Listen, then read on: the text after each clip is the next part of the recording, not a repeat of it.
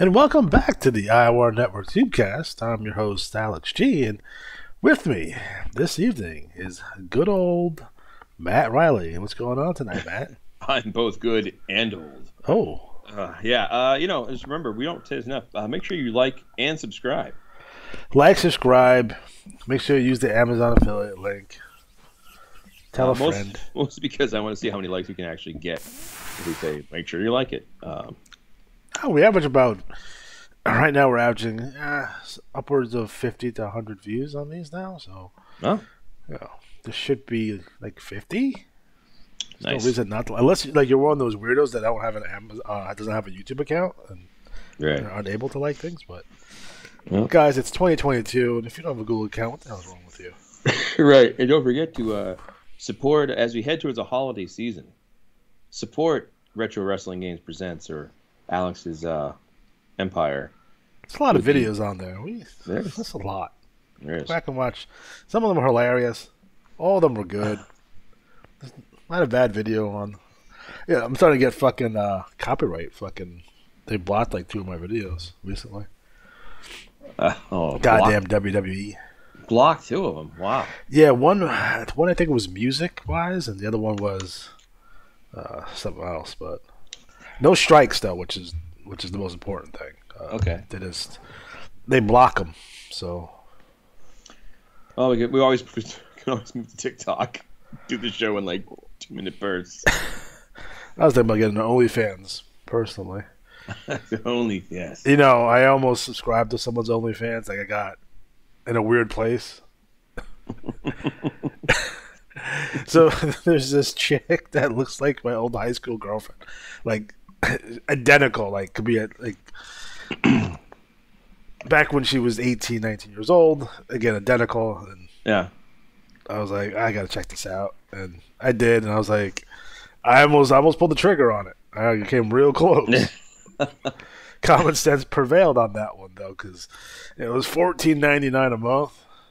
Yeah. And I was like, I don't like to pay for anything, so.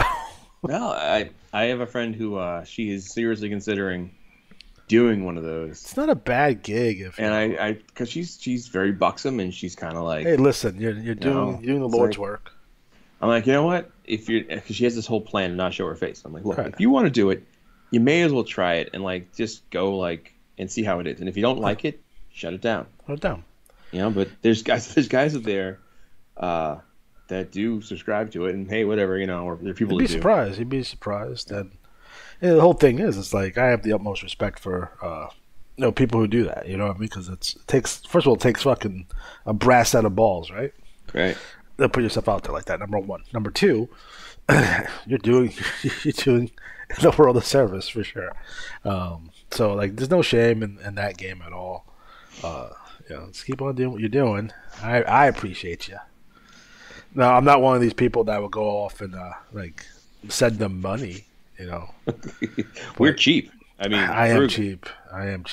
You know, you can always go to onlyfanleaks.com and do what you got to do for free. There's always a way. I'm a pirate. You know this. I'm a fucking pirate. Oh, there you go. It's gotten me in trouble in the past, but now with my multi-internet service setup that I have multiple internets in my house now. Oof. Well, you gotta have options available to you. Well, and speaking of options, some great options coming to the IWA. That's a horrible segue, but whatever. It'll take PayPal like normal people. So I have to give my credit card information. That's a great question to say. Like, will the IWA in 2023? Question for Johnny B here. Will the IWA eventually expand to online payment type things like that? Well, I think number one, I think it's expensive to do. Oh, is it? Yeah, but I don't know how much more. All right, so 22 years on retail, you have understanding that every time you take your card and you use it somewhere, the credit card company does charge the store or establishment a fee, right? So for the IWA to charge your debit card or credit card, there's a fee associated, which would be, I don't know what it could be, 10 cents. It could be I don't know what it is, right? Every company's different, right? So is that enough to offset the fee that The seller fee that you would get on PayPal, who knows? Because I pay fees when I accept money via PayPal because I have a business account. So like, if someone pays me, they take out a chunk of dough. So it depends. Plus, I bet you this motherfucker is still sending in checks and shit. So I would not be surprised that. No. And just. That's the question. Did Johnny B, are guys still sending checks? No, my question for Johnny B. Cash? That's what I was going to ask. I was going to ask Johnny B. What's the most amount of cash you've received in an envelope for someone paying their matches? Did someone ever send like $300 and in all singles? It's a stack of dough. That's happened.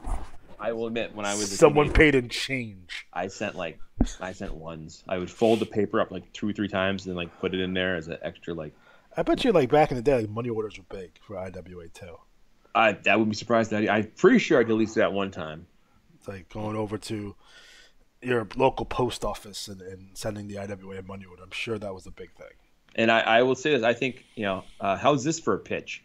Had the IWA do, if you pay up front, right? So, because I know Jamie Davis, yeah. He would pay 4 months ahead. He's given a check for $200 and be like, I'm going to play till it runs out, and then I'll re-up and send you another 100, whatever it was, right? I don't know how much he actually sent them. Probably $100-something bucks. Yeah.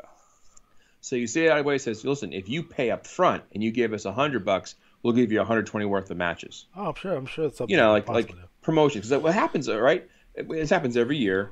Mike and I were talking about this pre-show a couple shows ago about how you get early part of the year when the stable races are starting up and everyone's active, and they're all guys come back, they give it a go, and then by June, when the stable race is kind of getting out of hand, and then it's obvious who's going to win already, or kind of rough, guys drop out. Yeah. So what you do is you say, hey, here's a package deal. If you come back and you play whatever, and do this and that.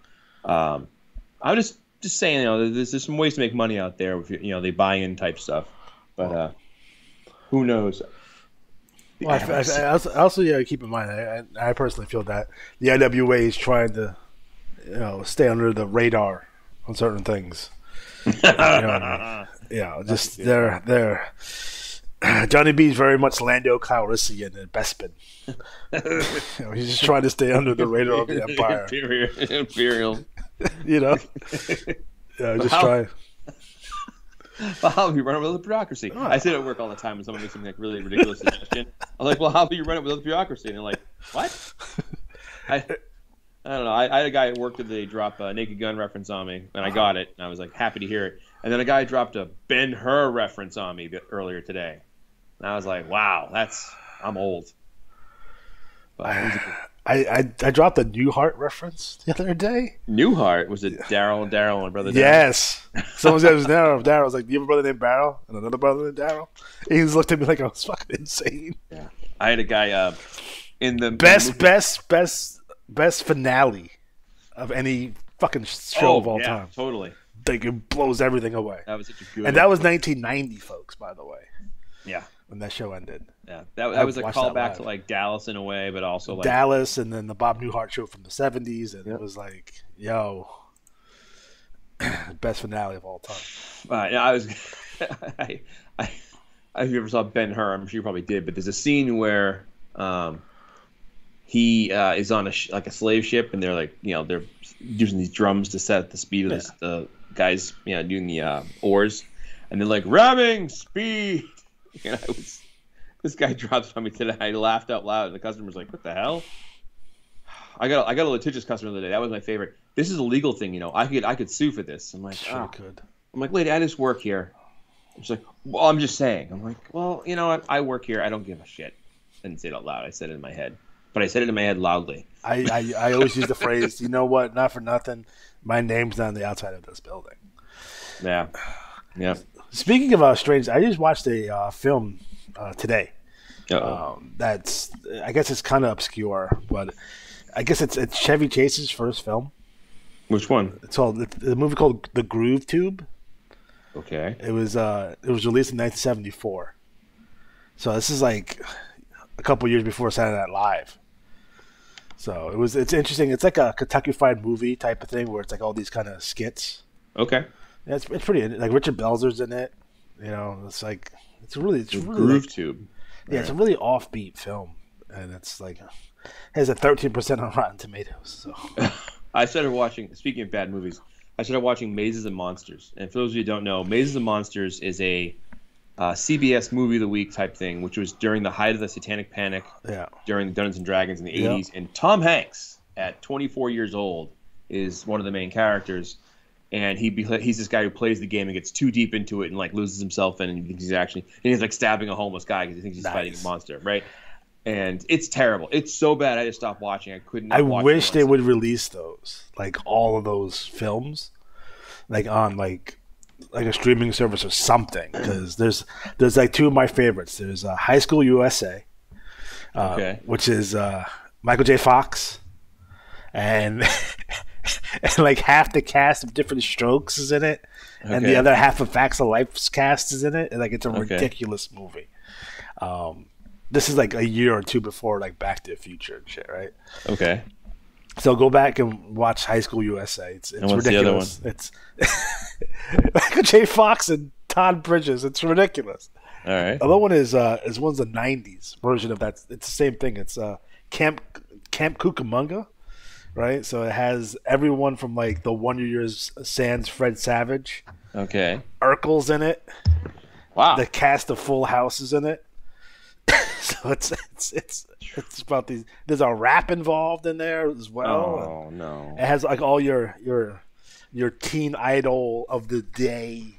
They kind of fudged them into one movie that was basically like, hey, come out, check out the stars at NBC, and they're going to be in this movie together.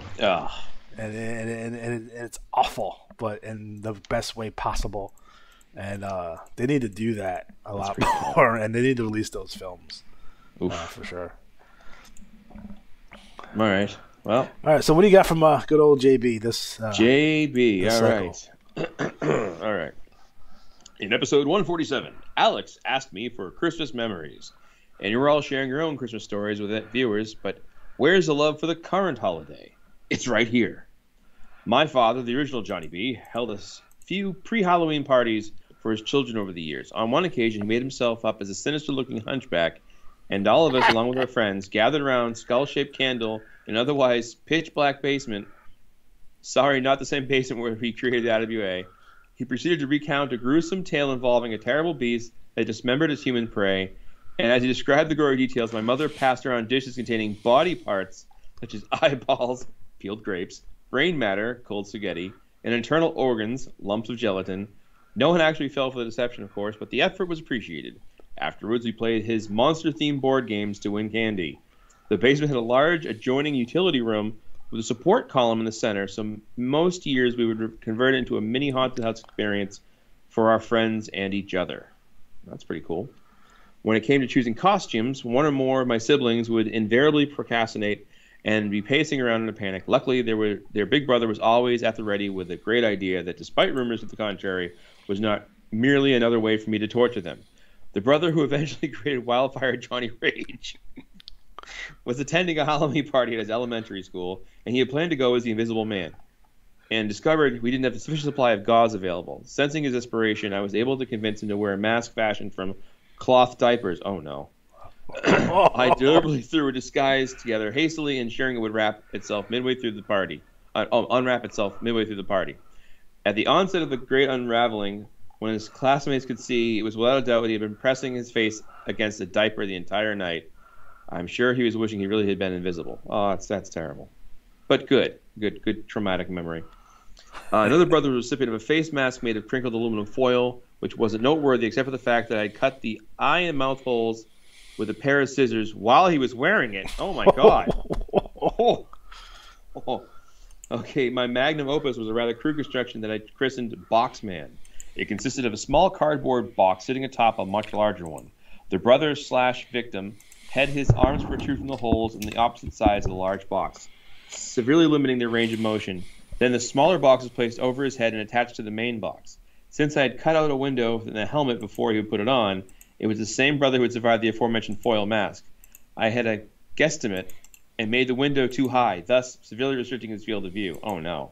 October was uncommonly warm that year, and the physical exertion of running through the neighborhood in that box, really limiting his arms and leg movements, combined with the meager ventilation of the costume, caused him to begin sweating profusely. It was all he could do to hold a bag of candy in front of himself due to my ingenious design. So he had certainly unable to remove the top box and wipe the stinging substance from his eyes. Things went from bad to worse for him when his group encountered a brief, unexpected rainstorm. While the costume afforded some level of protection from the downpour, every drop that stuck to the mostly hollow helmet was deafening. And that worked in concert with a sweat to simultaneously deprive him of two senses. The most entertaining moment of the night occurred when a mosquito flew in. Oh no! It flew in through the barely functional eye opening and began to have its way with his fully exposed face. His arms were incapable of reaching to remove the headpiece, which he had secured to his torso with a generous amount of duct tape. Anyway, he was left to grapple with the choice of abandoning his costume altogether, or completing the trick-or-treat mission as a sweaty, bumpy-faced kid, or learning to live in his new, bloodthirsty house guest and hoping he didn't invite any friends to the party. Good times. Wow. So Johnny, pretty devious. I wonder if they ever got back at him. Most often, grown-ups would give us one or two pieces of candy and send us on our merry way. But there were a few happy exceptions. One year, a neighbor who had to work on Halloween night made the rookie mistake of setting up some setting out a large bowl of good quality candy, accompanied with the sign that read, "Take one." Naturally, my friends and I took full advantage of the ambiguity and helped ourselves to one bowlful. We did leave a plastic container behind because, despite what our costumes would have you believe, we weren't monsters. When the windfall arrived, when a woman who lived down the street mistakenly believed trick-or-treating was taking place the day after Halloween that year, with 10 children. Yeah. With 10 children in the family, we had a fairly extensive collection of masks and disguises at our disposal, so we rushed into action, repeatedly changing costumes around and running to and from the house until both our supply of treats and all of us were exhausted. You're probably thinking that she realized what was happening and was simply grateful the candy didn't go to waste, but there's no way she could have seen through our awesome disguises. We are even changing our voices here and there. Oh, well. I will say Halloween's one of my favorite holidays. I think I've said before on the show at one point or another that we used to run a haunted house in Lynn, which is a rough city. It's still pretty rough today, but back then it was hysterical because, as rough as it was, people drove to go to our haunted house, and I was the person standing in the front of the stoop, if you will, and front steps, and I would scream. I don't even do it right now. It's so blood. I was like, "Come get your candy!" But picture that at excessive volume, screaming down the streets. "You children want some candy!" And these parents. The best part is the parents who have a child screaming and crying, and they're pushing them. Go up the stairs. Then we take the front part of the house. So inside the house, right behind the porch, we put bed sheets and made this kind of wonky, it was flickering strobe light. And my friend Brian was at the end of the hall, a zombie makeup with Jello in his mouth, and we would and spit it out of his mouth, and a big bowl of candy. The kids had to go up and take candy from the bowl. Now, all on the floor were fake body parts, but amongst them were friends who were laying down and grabbing people's ankles. Nice. Oh, we made 27 kids cry one year. It was awesome. All right, sorry. Nice. So I just love Halloween. So finally, Johnny, on a previous Tubecast, I mentioned the time I dressed as a ninja. Oh, no. That year, I went trick-or-treating on my own, just as a real-life ninja would. Those were more innocent times, or at least more ignorant times. I sprinted from house to house and was rewarded with a queen-size pillowcase filled to the absolute top with delicious candy. It really makes me sad to think that today's youth are missing out on the fun of dressing up in what we believe were cool costumes, going out after dark with our parents' permission, racing from door to door from our friends, seeing the costumes other kids had chosen, most of whom were also unencumbered by parental supervision, enjoying various ways our neighbors had decorated their houses homes for decoration, and ending the night with a giant bag of various treats. A lot of people poured time, money, and effort into creating scary atmospheres with local children in those days. It is already exciting enough to be marauding the neighborhood alone at night, but it was even better when people would put up creepy decorations, play vinyl records of scary sound effects. I always appreciated that. And dress up for the occasion. I still remember one house where a woman sat quietly in a rocking chair as my group approached. Her husband, who was dressed as a zombie, suddenly rose from his hiding place beneath a pile of leaves. What dedication. Since you would receive one or two pieces of candy from each of the dozens of houses, different people with different tastes, you would usually have an impressive variety of sample over the coming weeks. You could further increase the variety by trading duplicates with friends and siblings. You can't possibly match that kind of assortment on your own. Although you can give it one heck of a shot using Alex's amazing Amazon affiliate link. I will say, Halloween. I always the kind of the year I knew I had to stop trick or treating was, I think it was like 8th grade. We went out and we found a bag of fireworks behind this bush that someone must have like ditched, and we lit a whole bunch of fireworks off. And that was part one. And part two was this group of kids came up and started like throwing shaving cream and eggs at people. And they didn't throw it at myself or my friend Steve because he was even taller than I was. I was big for my age anyways. But it was like okay. But it was like entering that end age of like, we're going from like, this is fun to like, we're creating mischief. Yeah, my friend got jumped on Halloween one time. Oh no. Because we were dressed up, but they thought we were bums. So it was like a case of mistaken identity. And my friend Pat got hit in the face pretty bad with a sock full of flour. Oh, he got pretty banged up, but yeah. So after that, it was like, we're not dressing up anymore. Now we're looking for blood. Yeah. So I will say this though, when it comes to kids, when we were doing the trick or treating house in Lynn and we had the haunted house set up, my favorite ever was the first year we did it. I sat in an old, you guys who are old enough remember the chairs, the folding lawn chairs. They were aluminum. Yeah. They were great for like wiffle ball because they'd ping if you hit the chair. So I'm sitting in one of those chairs dressed like a scarecrow with like newspapers sticking out of my pants and leaves. I mean, I looked like a scarecrow, and I would just jump up and scream. And these 4 kids come up and they have no costume, just pillowcases. They're just looking for candy. They're like 14, 15 years old. And I don't really care because, you know what? They're just looking for candy. That's fine. But I jumped up and they went in all directions, just ran off. And then like 2 seconds later, they come back like, "Hey man, that's cool," which is good because they could have been like, dicks about it. But I always say Halloween's one of those fun times. Like Johnny said here, it kind of like suspended, bad feelings or whatever. You had But I will say nowadays you have some neighbors who are just dicks and I guess I'm blessed to be in a pretty good neighborhood where people actually do stuff for Halloween, so that's good.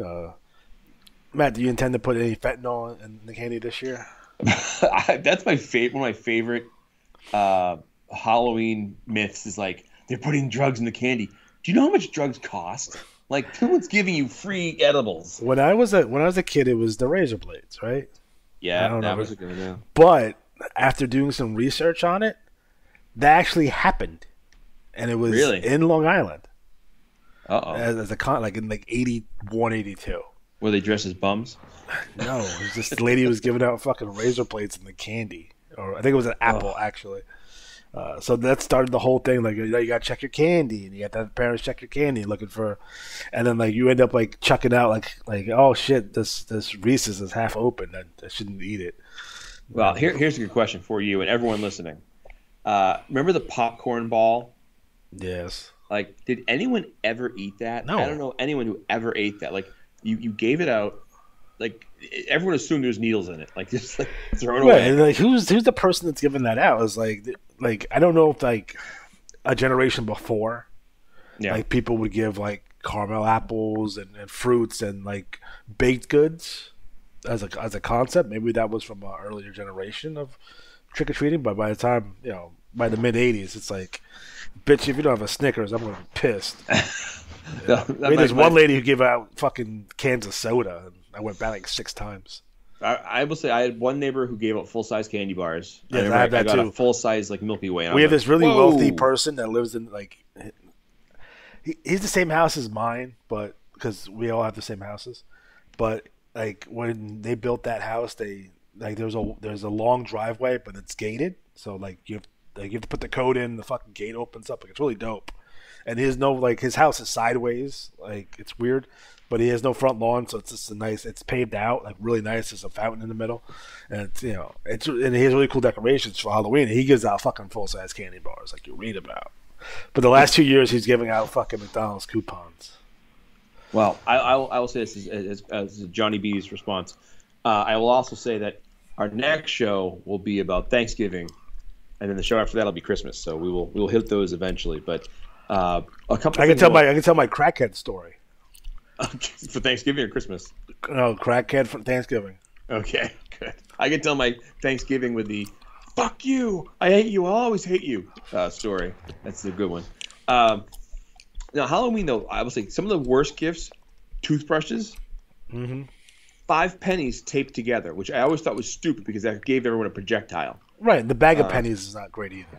Yeah, but I remember the 5 taped pennies together. I thought it was like a joke because like they dropped something like, what was it, Necco? Was Necco wafers? Oh no, mini Bibles. Yeah. Well, I never got those. I got those a couple of times. Oh my god. I will say this: growing up, the house where I grew up is on a busy street. Like my street, Lowell Street, is, and where I live, the junction, if you will. Indian Heights is across, like looking straight ahead, and behind me is Presidential Heights. So all the streets are like Indian names up on one side, like Harrison, Roosevelt, etc. And Indian Heights was all, I don't want to say the lower end, but Presidential Heights had like the nicer houses, some of the nicer candy, and like some super duper like decorations. But there was one house that every year like the lights were off, and it was like super like considered the creepy house in the neighborhood anyways. Yeah. So every year it'd be like, all right, go up to the house and knock on the door, and no one would ever do it. You're afraid of getting shot. The thing is, like, I have kids now, and they go out for like 45 minutes. I got kids, and it's different. Like when I was a kid, trick or treating, we left at 3 o'clock in the afternoon. We're not back till midnight, and we start hitting other towns. I was gonna say that. I always remember going out at like 5, like getting ramped up, going to 5, gathering the friends' house along the way because everyone would eat dinner, and then we'd go get together. And then we'd go out, and it would be like, I remember getting home at like 10:30, 11, and it was normal. It was not like a big deal.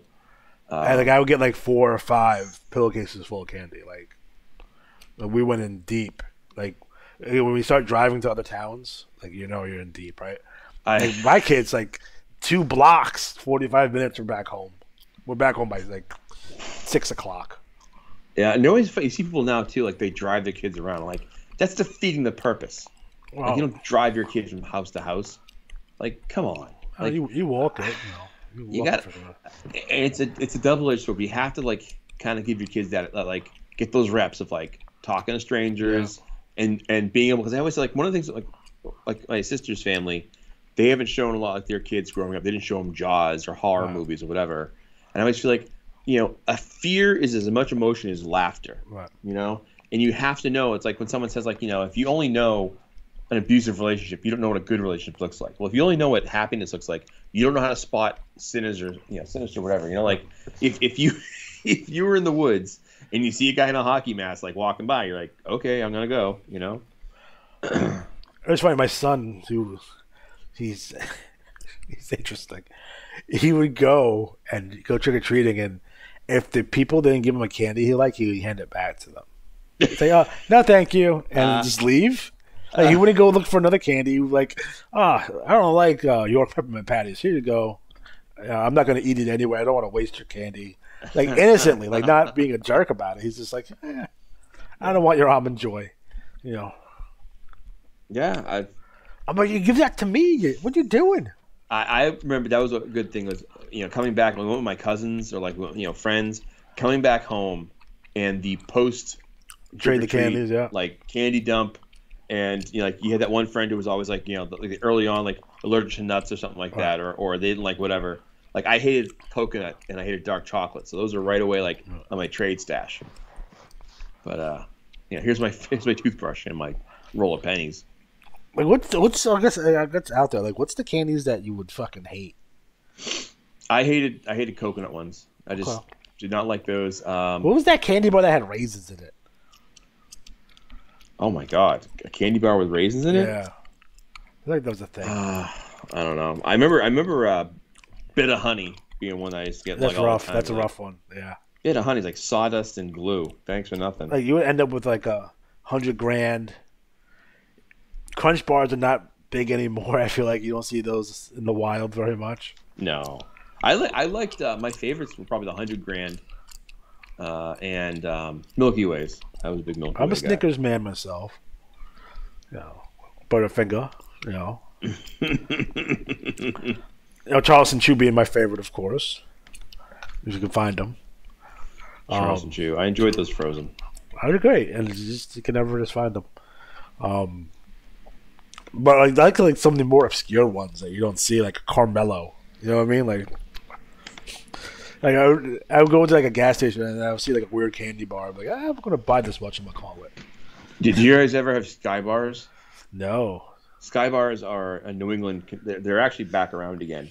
But Necco, the New England Confectionery Company, made a bunch of candy bars, and one of them was called Sky Bar. And Sky Bar was picture a chocolate bar that's like long, right? But like 4 pyramids. And one had peanut butter, one had marshmallow, one had fudge, and one had caramel. So you had like 4 candy bars in one bar. It was phenomenal. That was a good time. This is where I need to have Mike Cook on the show so I can say to him, who should I pick up for my backup quarterback? Gross. I need a backup quarterback. It's terrible. I'm stuck in my fantasy football league. Oh well.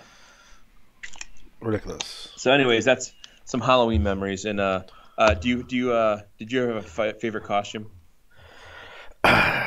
There's a couple that stand out to me. My favorite being of all time has to be the year is 1987. Okay. And I dress up as Sergeant Slaughter. But it's like the G.I. Joe, it's the G.I. Joe Sergeant Slaughter costume. So it's like the plastic fucking costume with the mask and everything. Mask, yeah. And my mom was working at a retirement home, and you were able to bring the kids in, and then they had a magician, and the magician did like the rings fucking trick. Like, you know, with the 2 rings, and he would fucking put the rings together, right?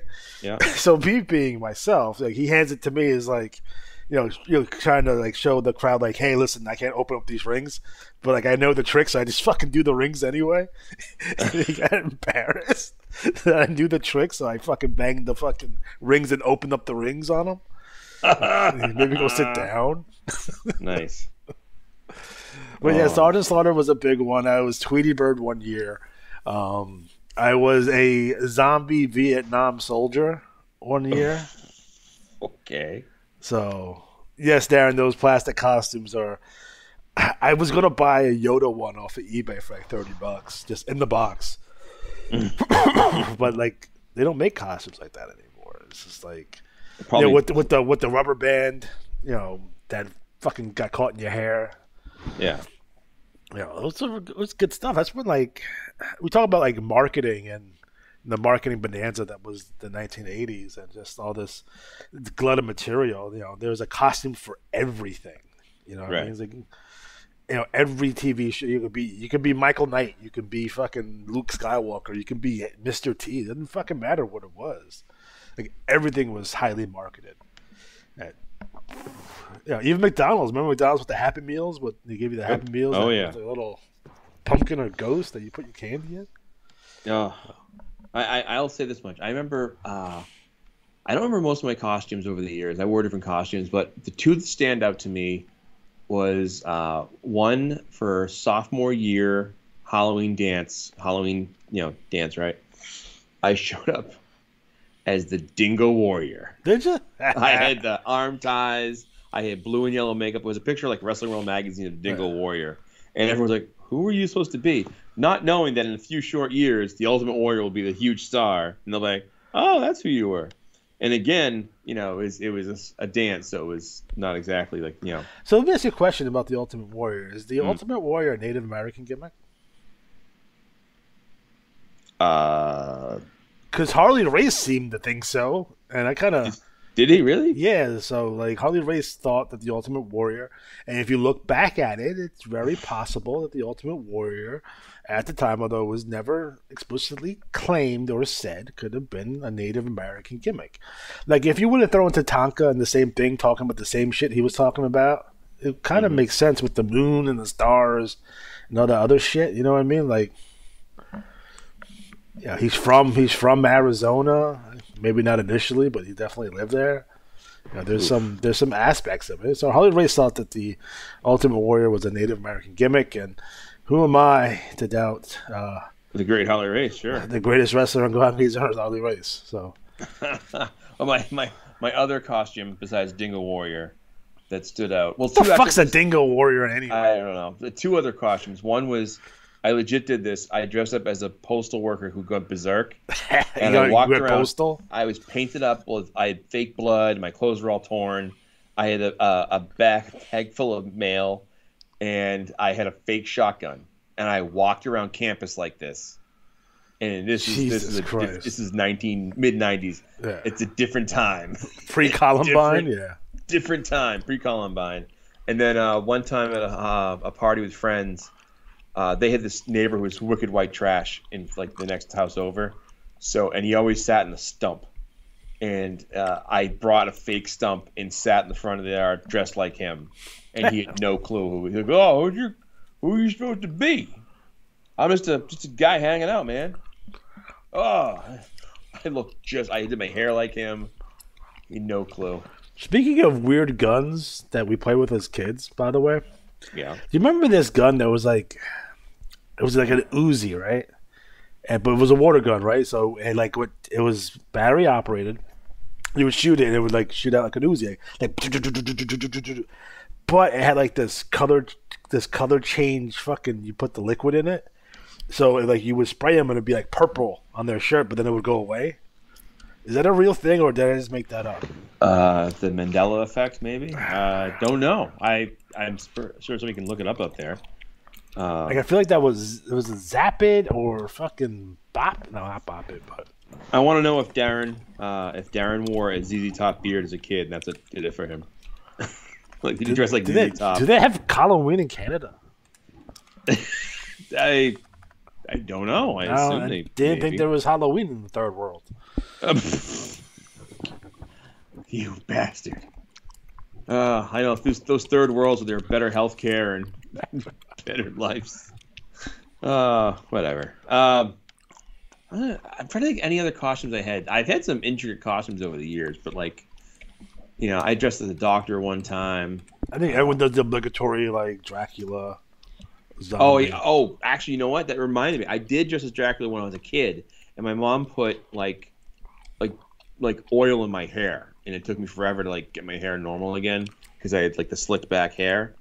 I was so mad because I had like this greasy hair. But I'm trying to think. I had some of the plastic costumes. I think there's one of me as a kid, like as a cowboy with like the plastic face mask and fake hat. But that was a 70s, 80s thing. I'd have to like go through and find pictures. But I'm always curious what people wore for costumes or what their favorite was.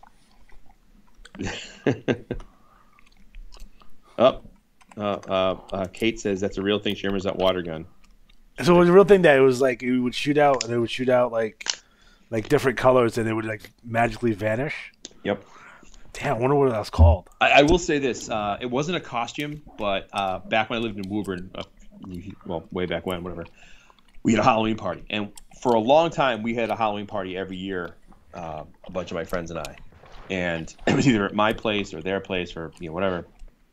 And I think it was 2008 or 2007. It was the year that Two Girls One Cup went big on the internet, and we had a thing where we went to Nathan's room and we set up a computer to play Two Girls One Cup, and then we filmed everyone watching it, and it was just it was brutal because everyone's like, oh, just terrible time. We were like, we look back now, we're like, that was horrible. It was funny, but it was horrible. So the name of that water gun was Zap-It. It was made by Entertech, and it had disappearing ink in it. It's a real thing. I remember, this is how I was when I was a kid.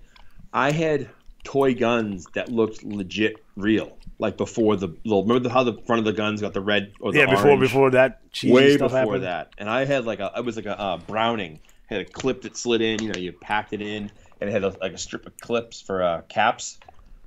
It really is amazing, like how many things that we didn't think twice about playing with, that now would get you shot dead. Like I had a Rambo M60, like machine gun. I did one of the, I don't know where I got this from, but it was like a what do you call it? The kind of like the click down, the rifle, like a click action, right? Yeah. Action bolt, right? Not bolt action. It's the my God, my mind. I'm so tired. It's like the Old West, like click down, right? So the thing was this: when you clicked it down, it was like, like it sounded loud. So my friend and I are walking down the street, and I had this rifle because I'm 12. Yeah. And I pop it, and it goes, boom. And this guy slams his brakes on because he thinks he like blows his tire or something. And his girlfriend in the passenger seat slams her face into the dashboard, like bad, like so bad. We were like, holy shit. Now he gets pissed at us because he blames us for him slamming his brakes on. So he's chasing us around the neighborhood, and I ended up hiding under a neighbor's car. He never found me, but it was like, like, what do you think? Like where I got kicked off of Twitter because I threatened to kill, or I didn't threaten to kill somebody, but I threatened that I hope someone gets killed by a raving elephant while they're hunting. And they were like, well, you threatened. I'm like, do you think I have an elephant at my disposal? Like, yes. Do you think I'm a 12-year-old? I have a giant like shotgun at my disposal? Yes. I mean, nowadays, yes. Back then, no. Oh, man. I don't know. Good times. So this is our de facto Halloween show. Are your kids going out this week trick or treating? Yeah, no. We had the trunk and treat that was last Friday. Well, hold on a second. What is I keep hearing trunk and treat? Okay, so it's a bunch. What it is, it's a product of the COVID era. So sans Halloween parties, right? They used to have at the school, right? Okay, they're not doing that anymore. It's a concept, right? Instead, like say 15 or 16 parents with their vehicles, most of them SUVs, will decorate they open up the back of their cars, the trunks, decorate their trunks, and you go trick-or-treating car to car to car to car to car. And it's supposed to be like a safe Halloween, that kind of stuff. And it's just, for me, it's another excuse to get candy, so I'm with it. So okay, I kept hearing trunk or treat, and I'm like, what is that? And I will say, it reminds me of my idea during the pandemic was I have a church next to me, so I have a big parking lot. My idea was to meet your neighbors in a safe way, have like neighborhoods take turns in the neighborhood, and like have like a street, and like everyone in that street can show up and park like your house number 12, 14, 16, 18, whatever, and you can meet your neighbors that way. Because how many people I know my neighbors across the way here, but other than that, I don't know any of my neighbors anymore. Like I don't know the neighbors. And I was thinking about growing up, like when I lived in Saugus, I knew all my neighbors, and like one guy was ex-Marine, one guy was ex-undercover cop, so they had good stories to share. It was always interesting talking to them. One guy was a construction worker, so he had some interesting advice and stories, things like that. But one was a reclusive, shut-in old lady who I think is dead now. But other than her, everyone else was pretty much talkative. And it's funny is when I lived in that house and I lived there like for a good amount of time, I'd get almost no trick-or-treaters, or I'd get a gazillion. But I agree with Darren. The older I get, the less people I want to know. Yeah. No, because there's always some sort of. So I deal with a lot of parents on the regular, right? So it's like between cheerleading and dance and swimming and whatever activities my daughter has, and her friends in the school with their parents and stuff. So it's like, it's just like I don't want to talk to you, but I have to because of reasons. I will say this. I remember Seinfeld. All right, that show Seinfeld, right? Do you remember the episode where he was dating the racist woman? No, I didn't watch that show because there wasn't any black people on it. Okay, well, there was an episode where he's dating this woman who was like, she was super hot, but she had like bad opinions. And at the end, she just makes like racist comments, and his face was like, "What?" And it reminds me of like over the years when I've met people who are like, different neighbors, and like, when I was running for office in Saugus, and I walked around the neighborhood and met people, and one guy was just talking to him, and then he was like, "This is pre like, I wouldn't say pre-Q, but like early days of Q." Yeah. And he was like, "Well, you're not going to run and be one of them blood drinking liberals." And I was like, "What?" Well, I'm not into drinking blood, but okay. Well, you have a good day. Smile and Nudge. Darren's funny about the Smile and Nudge generation. There's a funny thing about. I'm sure you've got this in retail. It's called the white person smirk, where you see someone who's giving like the like hey, like it just like you don't quite smile. There's a bunch of like a bunch of TV shows that I've never, surprisingly or not, I've never watched a complete episode of that are popular. Okay. Seinfeld was one of them, right? I've never seen a complete episode of Seinfeld because the 10 minutes I watched was like, what the fuck? I've never watched a complete episode of Friends because I thought it was a ripoff of the much superior TV show Living Single, for sure. So I think I watched. I don't think I finished the episode of Friends that I saw. I hated Friends, so I get you there. I once referred to Friends as that show with the lady with the nipples on it, because apparently Jennifer Aniston had nipples constantly on that show. If I would have known back then, I probably would have watched that show a lot more as a concept. Nice. But yeah, so it's a bunch of shows. NYPD Blue was another one I never watched the entire episode of. I will say because it wasn't New York Undercover, which was a vastly superior show. I didn't like Friends at all because I found it so hokey. What I liked about Seinfeld was, and especially from a comedy writing aspect, was how fluid it was, where it told a story, beginning, middle, and end, and they used to tie the story together so well. But I think what Seinfeld was, it took like 2 seasons to get going, and those first, I watched Breaking Bad, right? And I lucked out because I didn't watch Breaking Bad the first season. The second season was starting, and AMC ran a 4-episode arc to get you caught up. And I was at home. I was like, all right. So it was like the first episode, 2 pivotal episodes, the final episode of the first season, and then the second season started. So within 6 hours, I was hooked. And it was good because originally I go back and watch the first season. It takes forever to get going. And I appreciate what they're trying to do, but it's also like, holy shit, dude. Now, I haven't watched a lot of Seinfeld, but I watched Curbed, like you read about. You know what I mean? That's again, similar, like structurally similar in like the idea of like the super awkward moments. You're right though. There's certain shows that are like such rip-offs. Big Bang Theory, I can't stand it. Oh, that laugh track is fucking rough. If you ever, as a general rule for anyone listening, if you go on YouTube and find almost any like comedy show like without the laugh track. Yeah. It'll ruin it for you. Yeah. Like Big Bang Theory I saw early on, and I was like, what is this? And I watched it, and I'm like, oh, these jokes are fucking terrible. Or like they do the opposite, too. They'll take like serious stuff and then add a laugh track to it. So they did the one where it's like the episode of 91210 when the kid fucking shot himself when he was playing with the gun. Here's a good throwback. There was an HBO series that was like an after-school special, but their HBO version. And one of the episodes is about kids playing with guns. And like the kid finds the guy. I should go find this on YouTube. And he's like, what are you doing? And he pulls the trigger and it's like, and he shoots the kid. And they cut to it's a Steven Seagal action movie. And the kid gets shot and like blown through like the wall or whatever. And it's like, what gun is that kid using? Oh, terrible. I preferred the show called Dream On. It was an HBO show. I never watched. I heard it was good. It's a lot of nudity in it.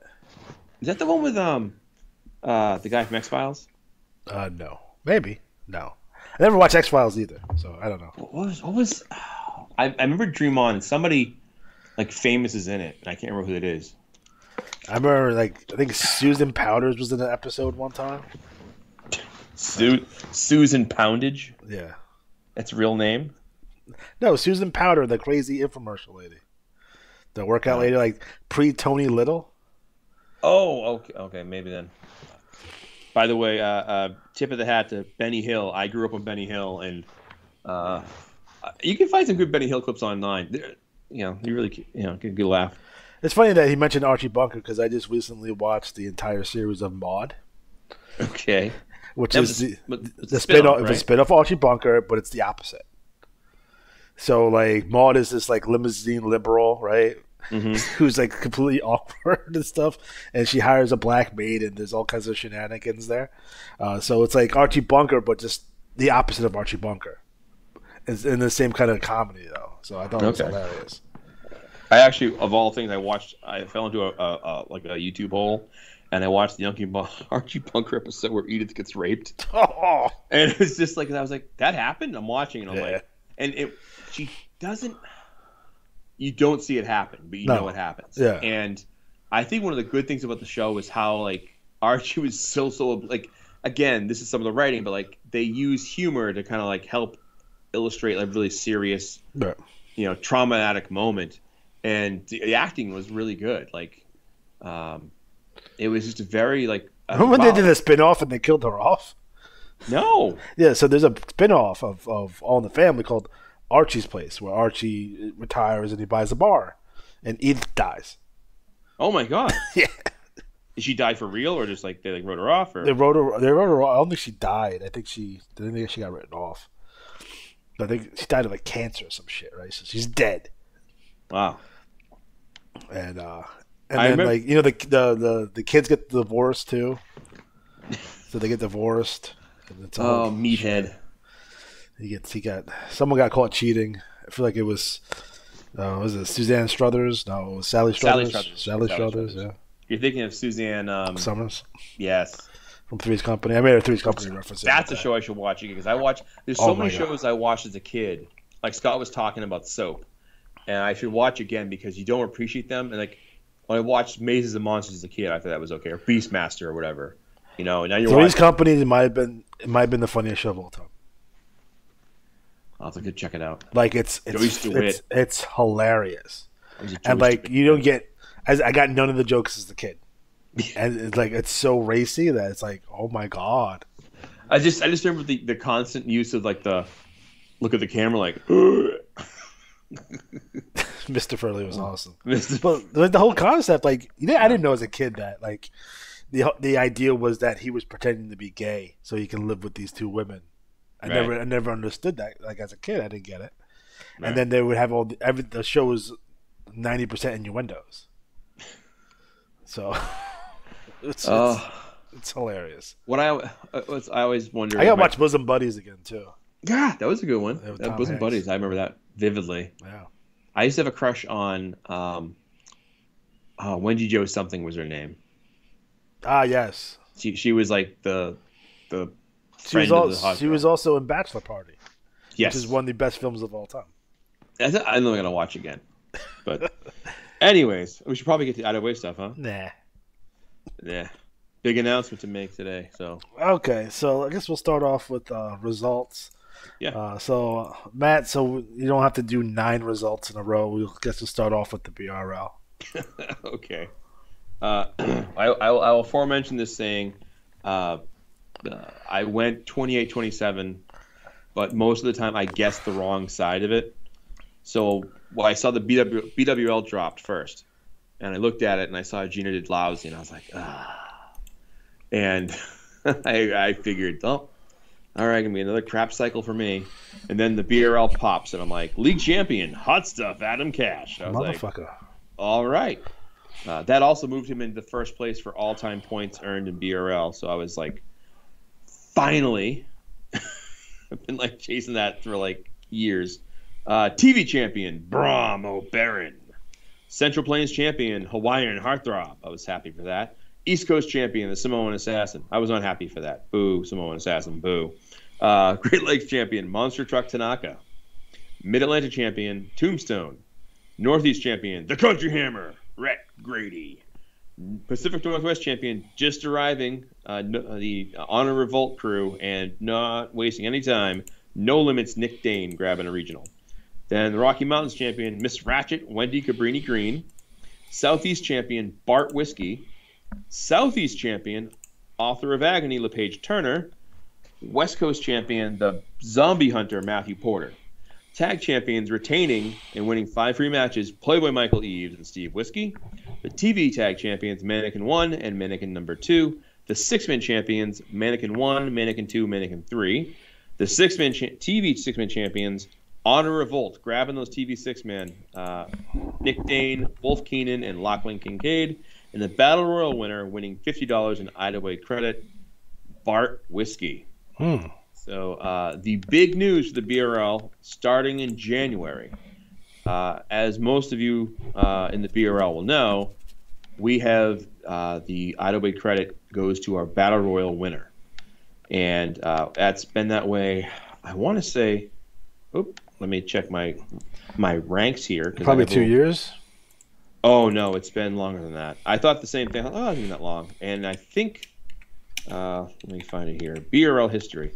The first, because oddly enough, when we very first cycle, we had Idleway Credit. It was won by superstar Rick Riley, which was, good Lord, was all the way back in 2012.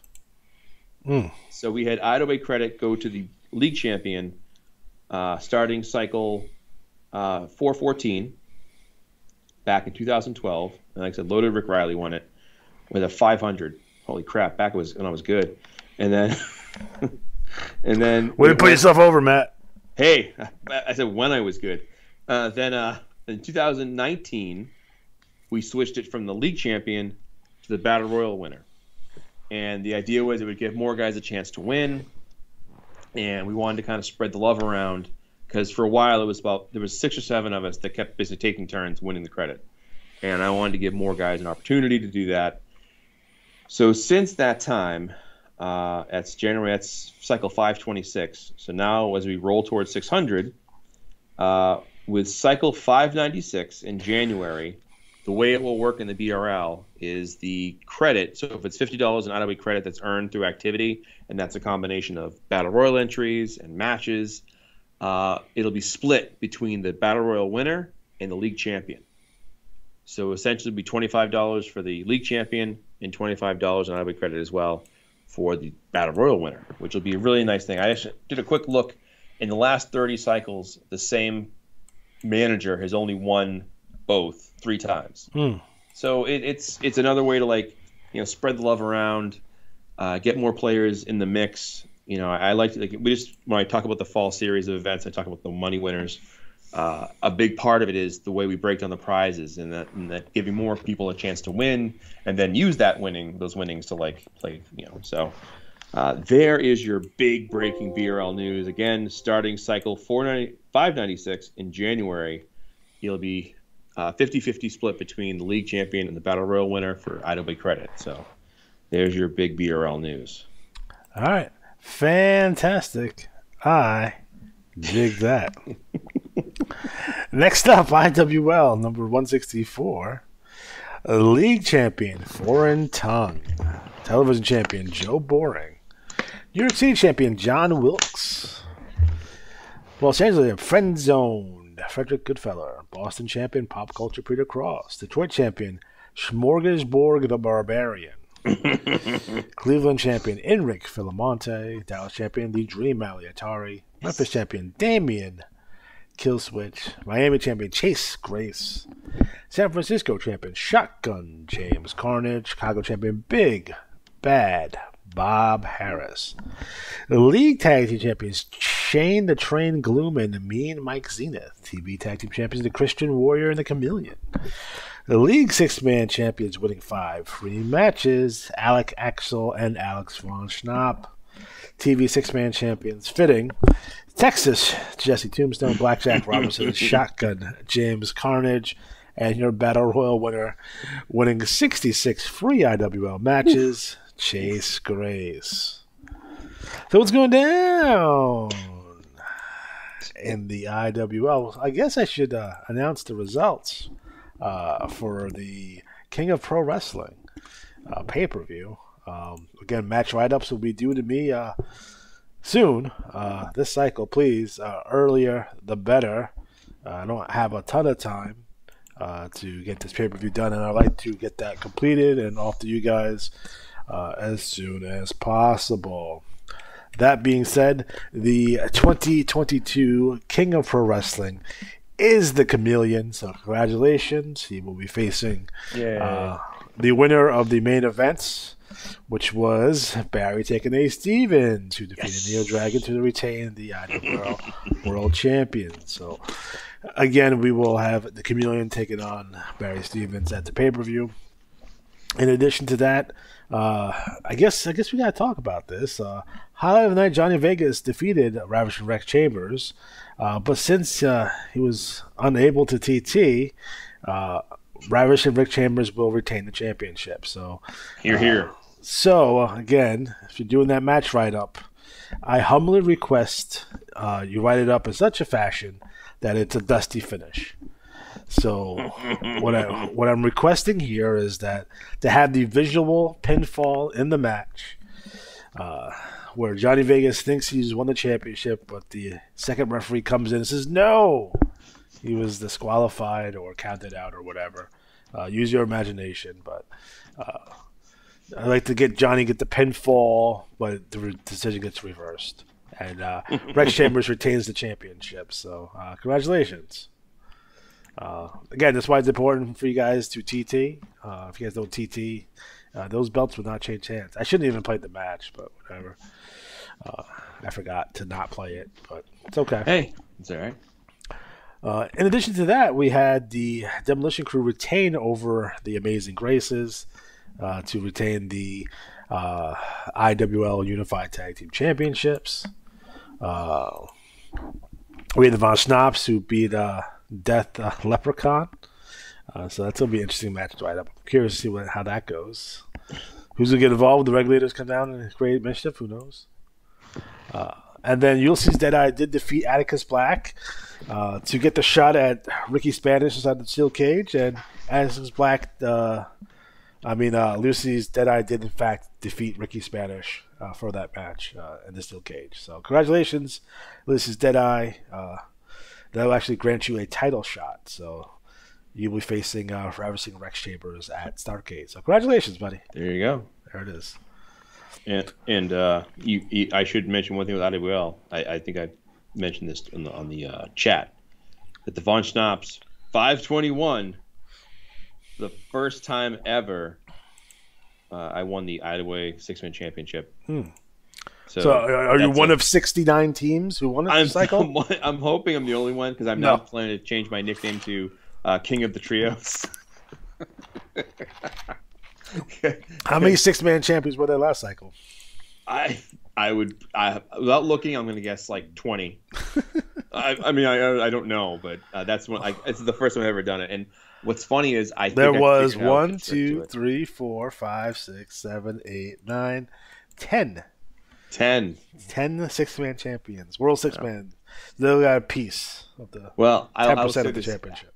I thought I would never ever win it. I just really expected never ever. I only have one strategy. You were shooting for a while too. Like you were actively trying for a long time to get it. You never got it. The highest I ever got was a 520. I never even scored 521 before, so I've never even had a total highest points thought. So, and the thing that's funny about this whole thing is that I'm playing one of the best 6-man trios in the game right now in Death Leprechaun, who are 4-time champions this year alone. So I was like, whew, lucky. Yeah, for sure. So King of the Trios. So why did the Superhero League have so many matches this cycle, by the way? What? The Superhero League? That's what it's called, right? Oh, SHL? I talked to Mike about that, and there's a player who runs the Star Wars guys. It's like, remember the guys who were like Darth this and Sith that? Mm-hmm. He's back, and he's just like pummeling the league. He sends in matches where he challenges everybody in the league. Okay. So I mean, I was surprised you were, but that makes sense. And I always feel that. What fed are they in? What's that? What fed are they in? I don't know his name. It's Sith and Darth. I have to look. So now you got my curiosity piqued. And again, if anybody has advice for who I should start, should I pick up Derek Carr, Daniel Jones, Justin Fields? Daniel Jones. He's on the Giants. Yeah, I know, but he's playing Seattle. And they've been playing pretty damn good. I have my Pat Mahomes. He's on a bye this week, so I got to pick somebody up for the week.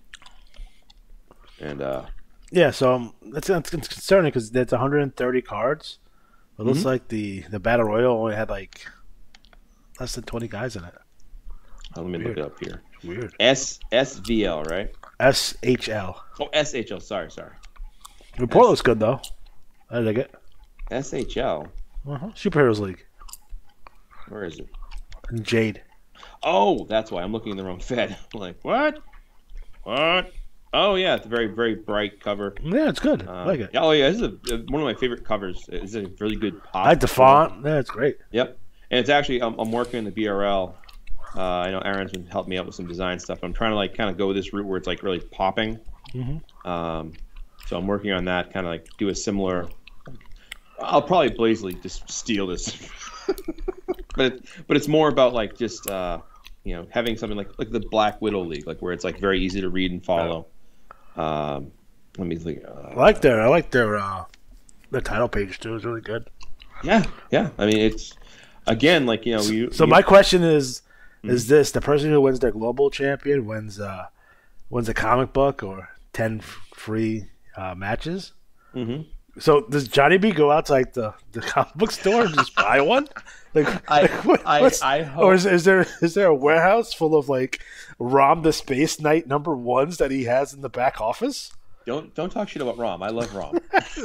I talked about Rom at work the other day. We were talking about obscure comic books. Look, there's the Power Pack. Do you remember that for a while Marvel had those like 3-pack of comics? Yeah. That would be like one like X-Men like number 258. Yeah. And then like Man Thing. And then like some other like Power Pack. My Little Pony. Right. And it'd be like, what the but the dollar store would have like 10 of them. So Johnny B has to answer my question, where does he get this comic book from? Does anyone actually take the comic book though? I know I'd see a comic book. Because what? But 10 matches, that's roughly like $5, right? Yeah. Yeah, about $4.99 for a book nowadays. So I gotta find this guy. Oh yeah, Sith, like the Battle Royal Baroness Vestra. Sith. Yeah. So Sith 6-man chance. All right, so this guy, from what I'm told, he sends a lot. Oh, look, more alpha males. This guy sends in a ton of matches, which is fine. And then it's. So again, is this stable full of like Star Wars related guys? You'd probably know the names better than I would. Queen Melody, Baroness Vestra, Assassin Atroxa. Those ring names. Names ring bells for you. I don't read a lot of Star Wars anymore, so I don't know who the characters are besides the old-fashioned ones. Like Luminaya, I know. That's Star Wars related.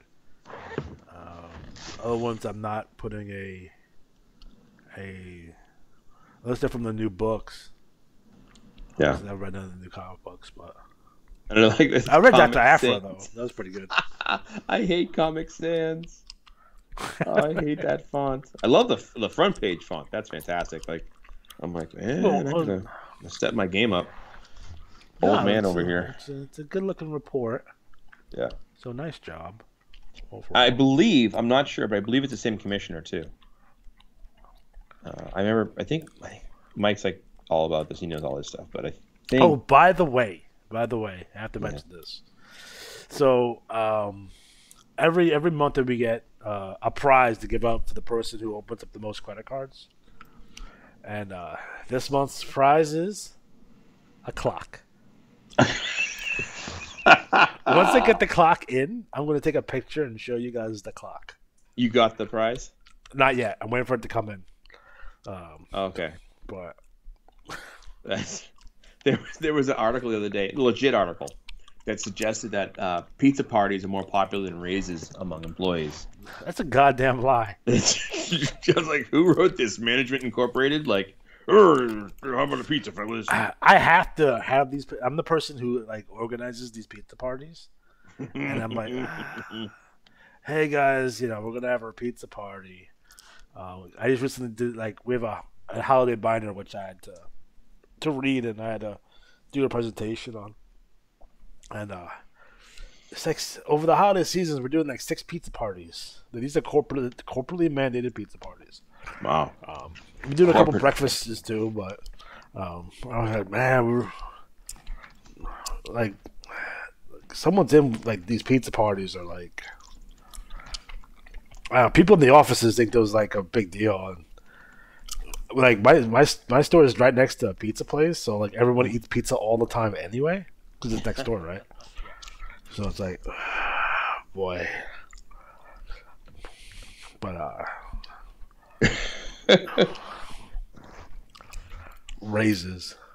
Yeah. I wanted to give a young lady a 10-cent raise one year. I tell you a fun fact. At Home Depot, when I was there, they used to make us, when I was doing like reviews and stuff, they used to tell us you have to identify your bottom 5 people that don't deserve raises. Oh no. Oh yeah. and it was like you had your top 5 were like the ones who were going to get like the absolute going to get raises. Then you had your mid-level people who were kind of like a mix. And I figured out how the score. It was like P for performer, I for needs improvement, or N for needs improvement, I for it was just whatever it was. But I remember that like they were like you want like everyone was told like find people in your section like that you manage that like don't deserve raises. What a garbage thing! Like that was a mandate. Garbage. Yeah, no, HR should have been all over that. Well, we didn't have HR for a while. That was a fun time. Well, here's the thing about like reviews and stuff. It's like, for me to give someone a bad review, I'm gonna have to have documentation on them. Right. So I can't just give someone a bad review because I don't like their face. Right? It doesn't work that way. I give you a bad review if I have documentation, which for laymen out there, I guess you would call it like write-ups, right? Mm-hmm. So if I've written you up for performance or time and attendance or what have you, then I can give you a below on a review or a does not meet expectations on a review. If you don't have that paperwork, I can't give you a negative review. Yep. That's how that goes, and that's his HR policy. Because if you're getting a bad review, first of all, you shouldn't even make it to your review anyway. You should already be terminated on performance by then. But if you fall through the cracks, you fall through the cracks. That's the way that goes. Yeah. I can tell you just a quick little side story.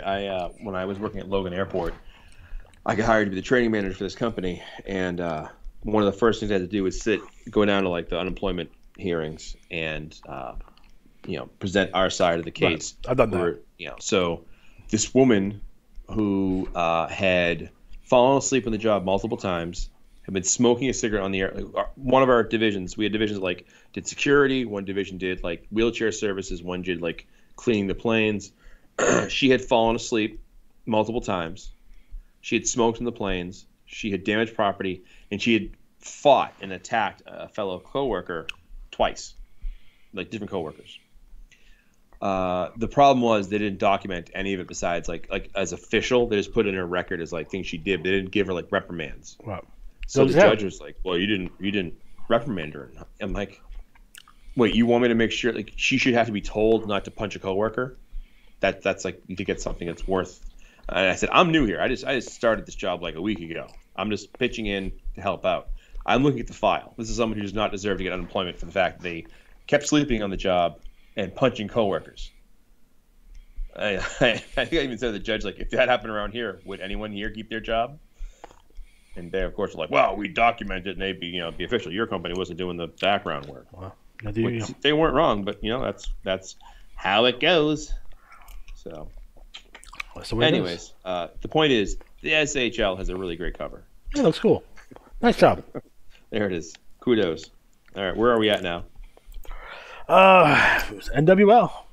Yeah, sure. Let's bang that up. All right, so gross. NWL, New Wave League 191. League champion, Tormund Eriksson. Who? Tormund Eriksson, one half of the Nord Viking guys. Oh. The TV champion, your everyday hero, Oliver Livingston.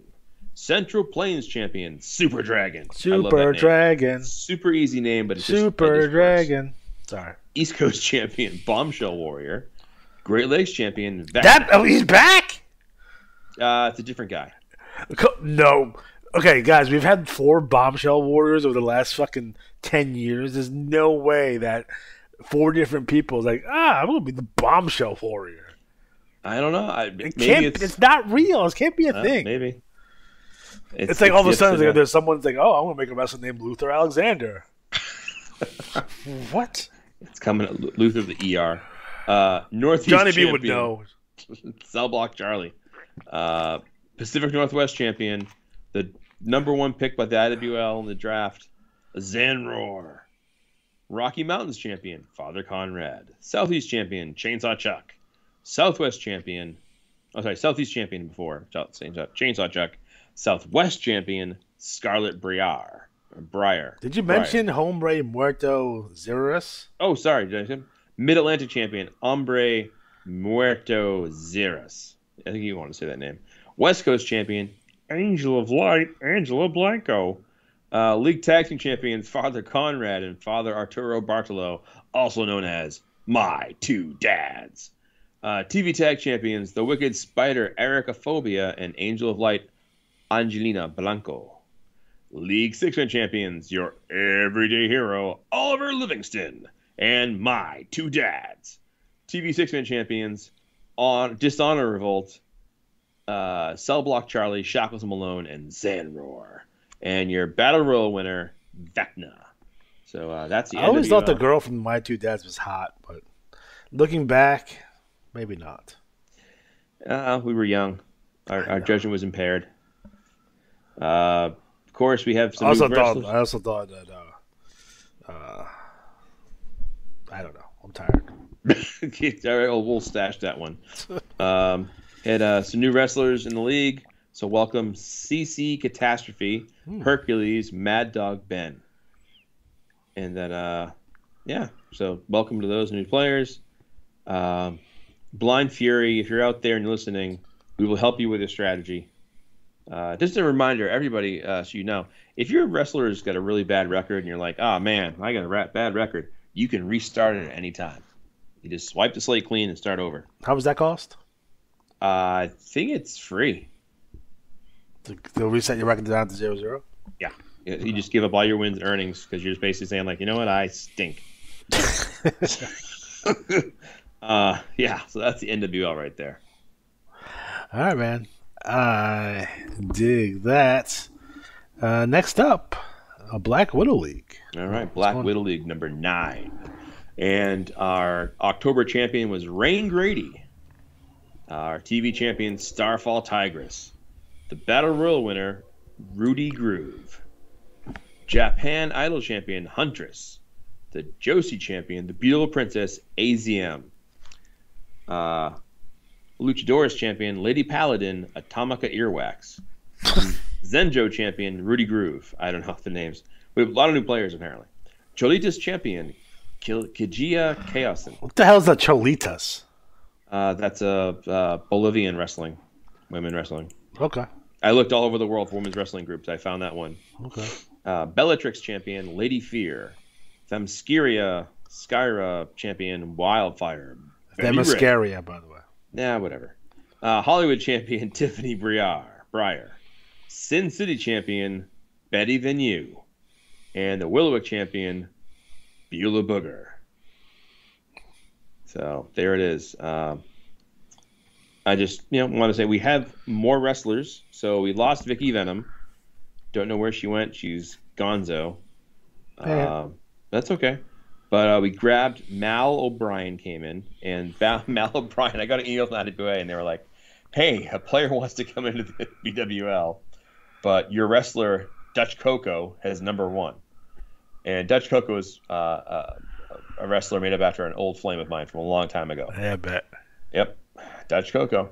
And so they were like, they'll come into the BWL, but only if they get to use wrestler ID number 1. Like, okay. Yeah. That's before that story, though. What, the Dutch Coco or the number 1? The number 1. I don't. Oh, I know Mal O'Brien is in. I think it's the VVL, Vixens. She's in one of the women's leagues, right. And her number there is number 1. So maybe it's like a gimmick thing. Okay. I haven't read the TT yet, so I haven't seen. But she came in new. We had Rudy Groove come in new, and Beautiful Princess AZM. So. All right, so that's the women's leagues for you. All right, man. So I dig it. All right, so what's left is fall events. Oh, they're gonna do ASL. ASL. Why you? By the way, check out the Attaway flashback this cycle in the iWar magazine. Well, first off, the best of the best number 9, Lord of the Rings. So Texas Jesse Tombstone defeated Johnny Vegas, and the Chameleon defeated Enric Filamonte. So the Chameleon versus Jesse Tombstone. Then the other bracket was the BRL side, and that was Wisp and Monster of Mayhem, Donnie Bloodstone, both having 492s, but the tiebreaker went to Donnie Bloodstone. He advances. and he's facing Colonel Doom, who got by Rodney D'Armand. So that's round 1 there. Let me get back up here. There it is. So the Triple D Cup number 13.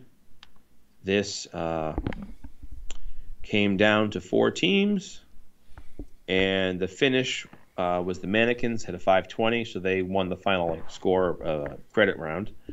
They will face Death Leprechaun, who had a 519. Alpha Males also had a 519, but had no TT. And one of our tiebreakers is always, these are events for trash talking. That's what the award's about. So that stinks, but that's the way it works. And then My Two Dads and Dark Danger had a 515. So Mannequins will face Death Leprechaun this coming cycle. And the winner of that match will face the Iowa World Six-Man Champions as well this cycle by score. So, all right. So the Tag Team Derby, and this was the 15th Tag Team Derby. Whoops. Let me jump around here. The final 4 teams were 13 and Christopher Kane, the American Patriot and Christian Warrior, My Two Dads, and Samoan Death Grip. And Samoan Death Grip's 514 bested the whole field, and they will face My Two Dads, who win on tiebreaker for the second place. So that's going to be that final. And the winners of that match will face the Amazing Grace Brothers. Then over in the Bound for Glory. So we had a 2-way tie for second place. So the finals will be, the final winner in the final round was Tombstone with a 496. He will also face Punk Rock Mike and Silver Fox, and the winner of that triple threat will go on to challenge the Revolution Championship, which is also, again, next cycle. So a lot of matches going down. A lot of fun thrills here. Yeah, so that's the Iowa events. I'm trying to think of a list here. I'll be sending out the Murano Memorial and Johnny B Cup information.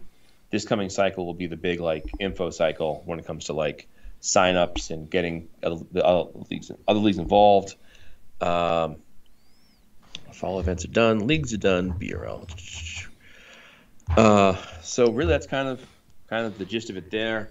I'll have things like how many wrestlers everyone can send in, and how we're going to set it up, and get the ball rolling. I would also ask if you've had a chance to get the link to the IWAR Award nominations. Please take a chance to do that, because the faster you do that, the faster I can get the ball rolling on this. I've already seen some trends starting up and people getting multiple nominations for certain awards. So what I do is I collect all these nominations, I filter them down, and we get our 3 to 5 category final nominees, and then the awards gets the nominations for that gets the voting for that starts at Thanksgiving, and we will get those awards done. So this is our way of recognizing the spectacular efforts, as it were, of the people that do all the good work around here. So there it is. All right, man. I dig that. So, guys, we are officially out of time. So, for Matt Riley, I'm Alex G. Have a good night.